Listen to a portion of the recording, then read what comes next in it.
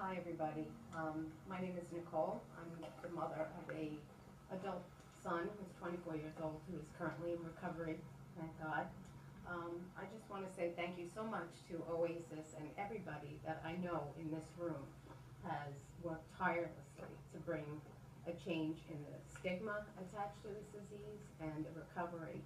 I love that all these people are speaking up loud and proud to say that they're in recovery, and that just makes a big difference.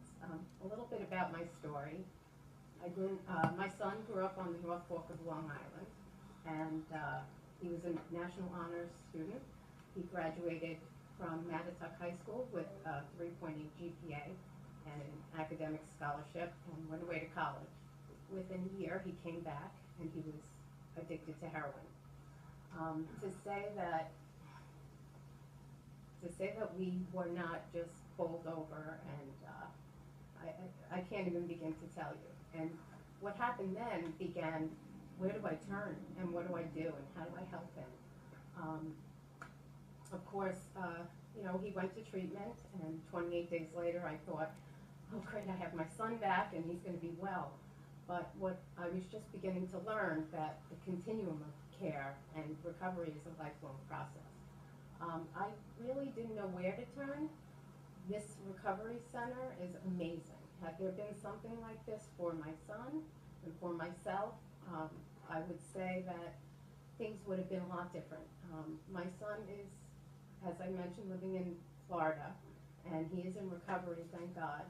But he had come home for a couple of months to spend with us this past winter. I didn't let him live in our home for 6 years, so when he came home and he asked to do some work by us, it was the first time he had really been back in New York. And within 2 months, he had finished the job, and he said, I hope you understand that I really need to leave because I don't have the support here that I need. I have my family, and I'm tormented because I love my family, and I have the rooms, but the young people in recovery are kind of more spread out, and it's a little bit different. I don't have the resources, and I really feel that I need to be back in Florida. And I love him, and I want him to survive and thrive, and I know that he has a chronic progressive disease that wants him dead, and if he works a strong recovery and he has resources and he has a reason to stand up and be proud of where he's been and where he's come from, and how far he's come, and he can go to places like this recovery center and have vocational skills and have help with a resume, or just have peer-to-peer people that he can depend on and rely on, and realize that he doesn't have to be ashamed. He has a brain disorder that he didn't choose. He will make it. And I love this idea of this recovery center because it not only helps people in recovery, but it helps people like me. In the beginning, well-meaning friends and family would tell me to be really quiet about my problem. And I mentioned to somebody today, I read the big book of AA from cover to cover because I needed to understand what was happening. And once I understood, there was no way I was going to be quiet about this because that would just perpetuate this illness. So, I'm happy to say that, he is in recovery. I'll tell you, this disease does not discriminate. It absolutely does not. A little over a year and a half ago, my son was homeless and living under a bridge in Miami, and that's not for the faint of heart.